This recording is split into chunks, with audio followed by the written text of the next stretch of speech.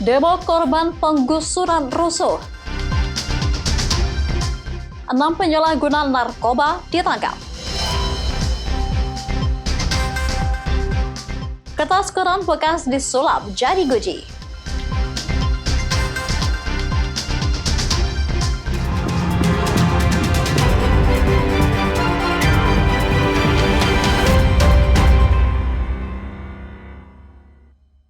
Halo, selamat pagi saudara, apa kabar Anda? Senang sekali Kompas Pekalongan kembali hadir dengan beragam informasi penting dan menarik, baik dari dalam kota Pekalongan maupun sekitarnya. Ya saudara, selain ketiga berita tadi, berita mengenai kondisi pasar darurat Sorogenen kumuh dan memprihatinkan, dan juga aneka berita lainnya akan mengisi Kompas Pekalongan pagi ini. Saya Wanita Putri, inilah Kompas Pekalongan selengkapnya di Kompas TV independen terpercaya.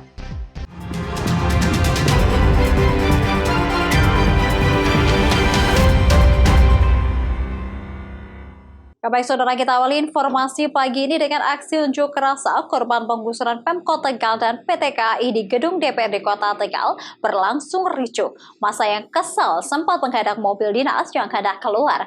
Ketegangan antara polisi dan massa tak terhindarkan hingga terlibat saling dorong. Demonstrasi korban penggusuran kios dan rumah di Jalan Kolonel Sudiarto, Kelurahan Panggung, Kota Tegal di gedung DPRD setempat berlangsung ricuh Senin siang.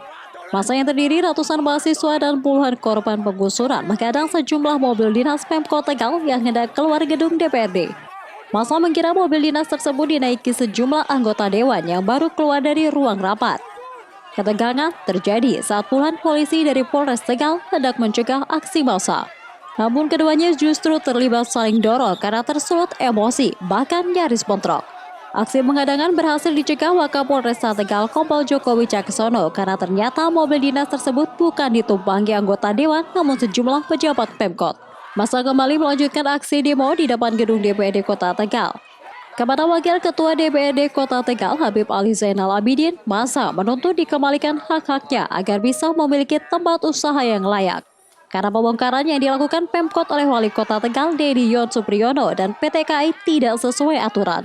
Warga tidak pernah diberitahu kapan pembongkaran dilakukan, namun secara sepihak alat berat dikerahkan untuk menggusur sejumlah 24 kios dan tempat tinggal warga beberapa hari lalu. Warga kesal karena baik Pemkot maupun PT KAI tidak memiliki bukti kepemilikan tanah yang resmi. Statusnya ekendom. Mereka mengaku itu punya tanah milik PT KAI itu berdasarkan ground card. Tapi tidak saya sendiri dibongkar, bukan digusur tapi terbongkar. Tidak ada kejelasan sama sekali. Bahkan sempat ditanyakan juga nggak ada jawaban yang pasti. Sekarang tuntutannya apa, Pak? Yang mengembalikan hak kami. Ya, saya melihat bahwa karena memang sengketa antara PT Kereta Api dengan warga ini sampai dengan hari ini kan belum ada yang bisa menunjukkan secara pasti kepemilikan dari RW 7 di Jalan Kolonel Sudiarto itu Panggung. Jadi PT Kereta Api mengklaim itu milik PT Kereta Api boleh-boleh saja. Tetapi bahwa faktanya PT Kereta Api belum bisa menunjukkan bukti kepemilikan atas hak tanah tersebut. Warga mengaku akan melakukan gugatan hukum ke Pemkot Tegal dan PT KAI atas penggusuran yang tidak sesuai aturan tersebut. Sejumlah perwakilan massa akhirnya ditemui Ketua DPRD Kota Tegal Kusnendro dan berjanji akan membicarakan aspirasi warga dalam rapat pimpinan fraksi. Ketua DPRD Tegal juga berjanji bersedia menjadi saksi dalam sidang gugatan para korban penggusuran. Yuli Haryanto, Kompas TV, Tegal. Ya saudara, 6 dari 8 korban tenggelam di kubangan bekas galian C di Desa Kronggen Berarti Grobogan meninggal dunia di lokasi. Peristiwa yang terjadi sekitar pukul 10 Senin siang menggegerkan warga sekitar. Korban dievakuasi warga sekitar keluar dari kubangan air bekas galian. 7 orang santri dan seorang ustaz di pesantren Al-Latifiyah Desa Kronggen Kecamatan Berarti Grobogan menjadi korban akibat kubangan yang dalam.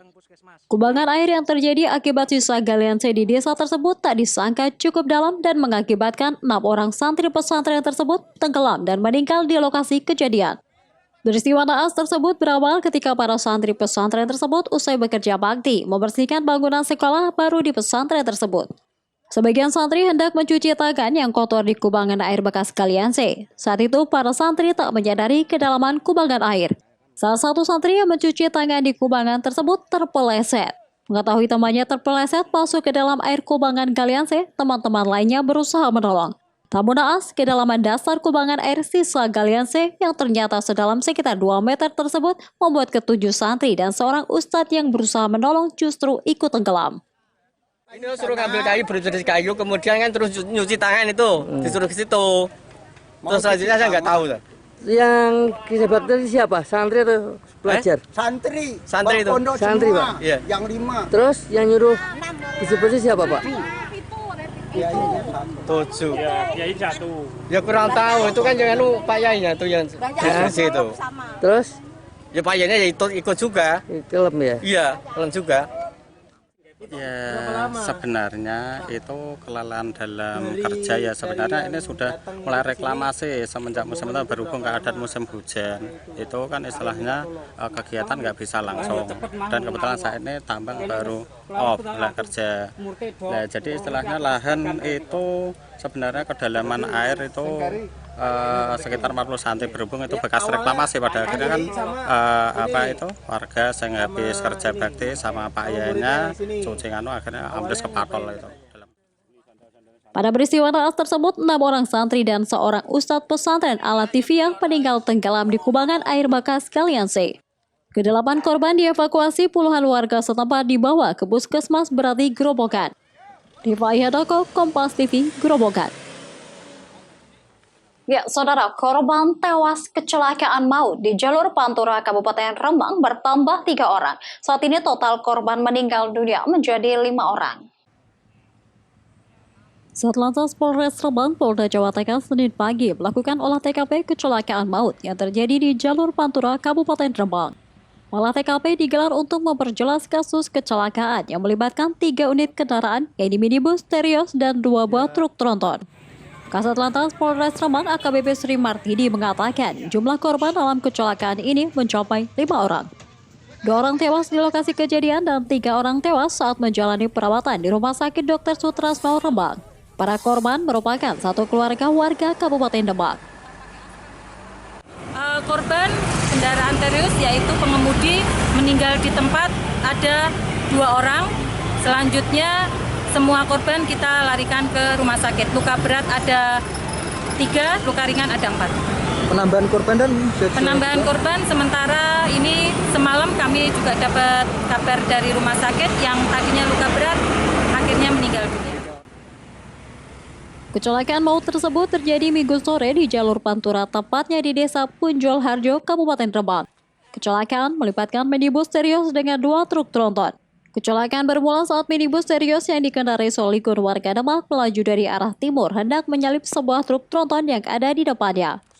Di saat bersamaan dari arah barat meluncur sebuah truk tronton yang dikendarai Zainuri warga Bojonegoro.